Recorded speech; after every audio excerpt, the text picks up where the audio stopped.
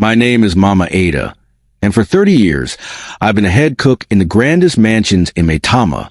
Believe me, I have seen things that would make a man's hair turn white overnight. I've seen wealth that could buy countries and secrets that could tear them apart. But ghosts?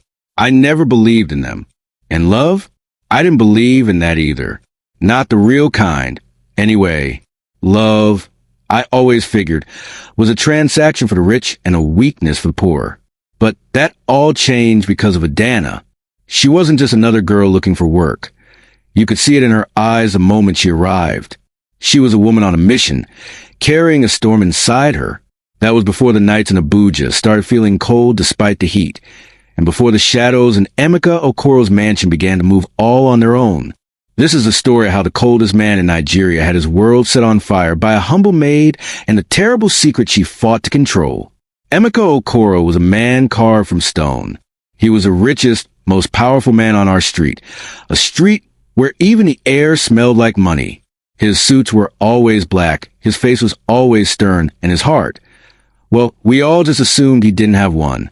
He only talked about profits and losses, and thought love was a foolish investment. His mansion was a palace of glass and marble, but it was as cold and empty as his eyes. It was a house, not a home, a place where the silence was deafening. Then, one humid Tuesday, Adanna arrived. The gateman brought her to me in the kitchen, and she was a splash of life against all that sterile white marble. She wore a simple but vibrant ochre dress, colored like the sunset, with her hair tied neatly in a red scarf. She was beautiful, but it was a guarded kind of beauty, a quiet strength that seemed out of place. She clutched a small, worn wooden box and gave me a weary but determined smile. It was the first flicker of real warmth I'd felt in that house. "My name is Adanna," she said, her voice soft but steady. "This box holds my inheritance." Emeka hired her with his usual efficiency, but he paused when she met his gaze directly, without fear. He handed her a list of rules, his voice sharp and clipped, and warned her to never, ever disturb his study. That first day, Adanna moved to the mansion with a quiet purpose. As she worked, she wasn't humming, but whispering chants, too low for anyone to truly hear. They were sad, ancient-sounding melodies. I noticed a simple beaded bracelet on her wrist, made of dark, polished seeds. It looked ancient, and heirloom-heavy with meaning. The house already felt a little less empty with her here. But as night fell, I realized she hadn't come alone. A chill that had nothing to do with the air conditioning crept into the halls. The strangeness started that very night. I was locking up the kitchen when I heard footsteps in the long, empty hallway. I called out, but nobody answered. The air suddenly felt heavy and cold. I glanced up at the old bronze mask on the wall, an artifact from the Benin Kingdom, and I could have sworn its empty eyes were watching me. I clutched the coral beads I always wear around my neck and whispered prayer. The next day, something truly unnerved me.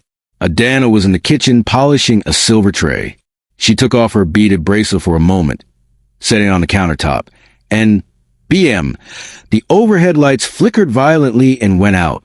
We were plunged into total darkness. It was only for a few seconds, but when the lights came back on, Adanna was just staring at the bracelet, her eyes filled with a weary frustration, as if scolding an old enemy. That evening, Emeka called me to his study. Even he, a man who feared nothing, looked unsettled. "Mama Ada," he said, trying to sound casual, "did you see a shadow move across my wall just now?" He tried to laugh it off, saying his eyes were playing tricks on him, but I saw it. His hand trembled when he picked up his glass of whiskey. My fears were confirmed the next morning. There, on the pristine marble floor of the main hall, were footprints. They weren't from shoes or bare feet. They were long and thin, scorched right into the stone. I found Adanna, examining them, her face pale with concentration. When she saw me, she didn't turn away in fear. She simply clutched her wooden box and whispered, "It's getting bolder." I had to warn him. "Oga," I said quietly, "some things are older than the city. Sometimes, spirits follow people who are carrying a heavy burden." He just laughed at me. "Mama Ada, have you been listening to too many folk tales? This is Abuja, not some village shrine. There's a rational explanation." But what rational explanation was there for doors slamming in empty halls, or whispers from vacant rooms. What explained a priceless vase, sitting untouched on a pedestal, suddenly exploding into 1,000 pieces. Through it all, Emeka started watching Adanna, not like a boss watches an employee, but like a man watches an enigma he must understand. One day, he went into a panic over an old cufflink his late father had given him, certain it was stolen.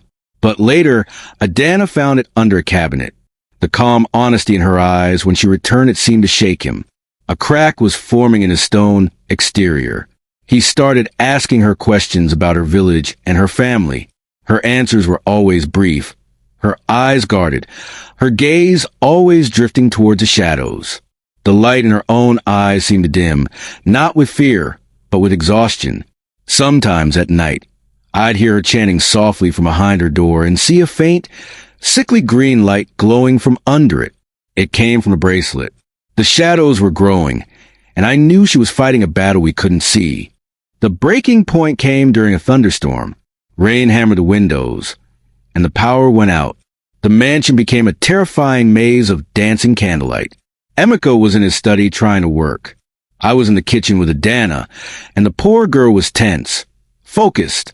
She sat straight-backed, staring at her beaded bracelet, which pulsed with a faint, eerie light. She wasn't scared. She was preparing for a fight. Suddenly, a scream tore through the house. It was Emeka. We ran to the study, but the door was jammed. We could hear him shouting inside, not with anger, but with pure terror. A deafening crash followed, like lightning striking a tree. We threw our shoulders against the door together until it finally burst open. The sight inside was a nightmare. The huge, heavy bookshelf on the far wall had been ripped from its hinges and was floating in midair, hanging right over Emeka, who was cowering on the floor.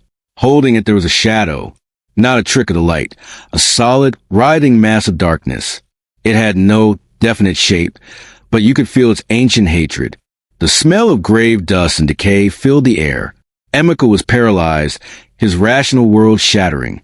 The shadow screeched, and the bookshelf started to drop. That's when Adanna moved. "Get back!" she yelled at me, her voice no longer soft, but filled with a power I'd never heard.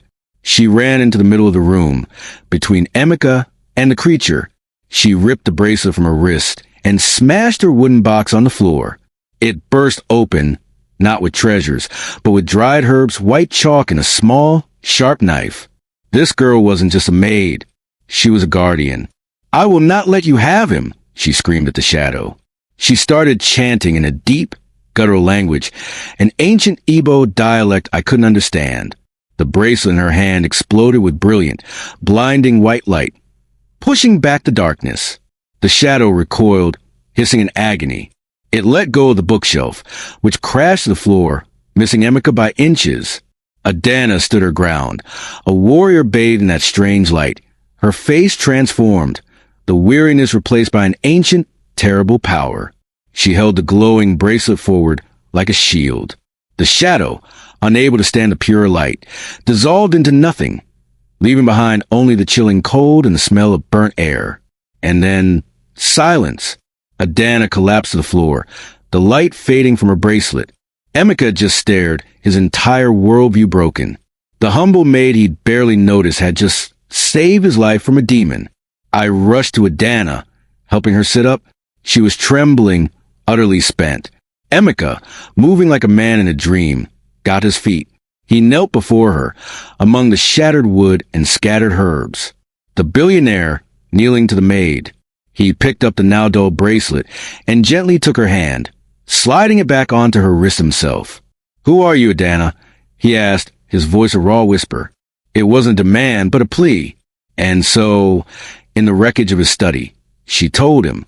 Her story tumbled out, a river of secrets held back for a lifetime. She was the last in a line of guardians, tasked with containing a malevolent ancestral spirit, an entity her family called the Akpukpu, the Bone Collector. Generations ago, a terrible injustice was committed by her ancestor, and this spirit was the curse born from it. It was tethered to their bloodline, growing in strength with each passing generation. It fed on fear and turmoil, and its ultimate goal was to possess a powerful, wealthy host to unleash its chaos onto the world. That was why it had been drawn to Emeka. The bracelet, the box, the chants. They weren't just heirlooms. They were tools of containment, a prison wall she had to maintain every single day. Her life was not her own. It was a constant, exhausting battle. Emeka listened, his face a mask of disbelief slowly melting into horrified understanding. His entire life was built on logic, on numbers and predictable outcomes. This story of spirits and ancient curses should have been impossible. Yet, the splinters of his bookshelf and the lingering smell of burnt air were undeniable proof. He looked at this young woman, really looked at her, and saw not just a warrior, but a prisoner. The days that followed that night changed the very air in the mansion. The formal line between master and maid dissolved, replaced by an uneasy, intense alliance. Emeka, a man who once only read stock reports, turned his vast library into a command center against the supernatural. He spent a fortune acquiring rare books on Igbo history, on spiritualism, on rituals forgotten by all but a few. I would bring them tea and find them not across a wide desk, but side by side, their heads nearly touching as they pored over brittle pages and faded maps. He would ask her questions for hours, his voice filled with a desperate urgency to understand the enemy she had fought alone for so long. The cold, dismissive billionaire was gone. In his place was a man obsessed with protecting the woman who had saved him. He began to care for her in small ways I never thought possible. He would notice the exhaustion in her eyes and insist she rest.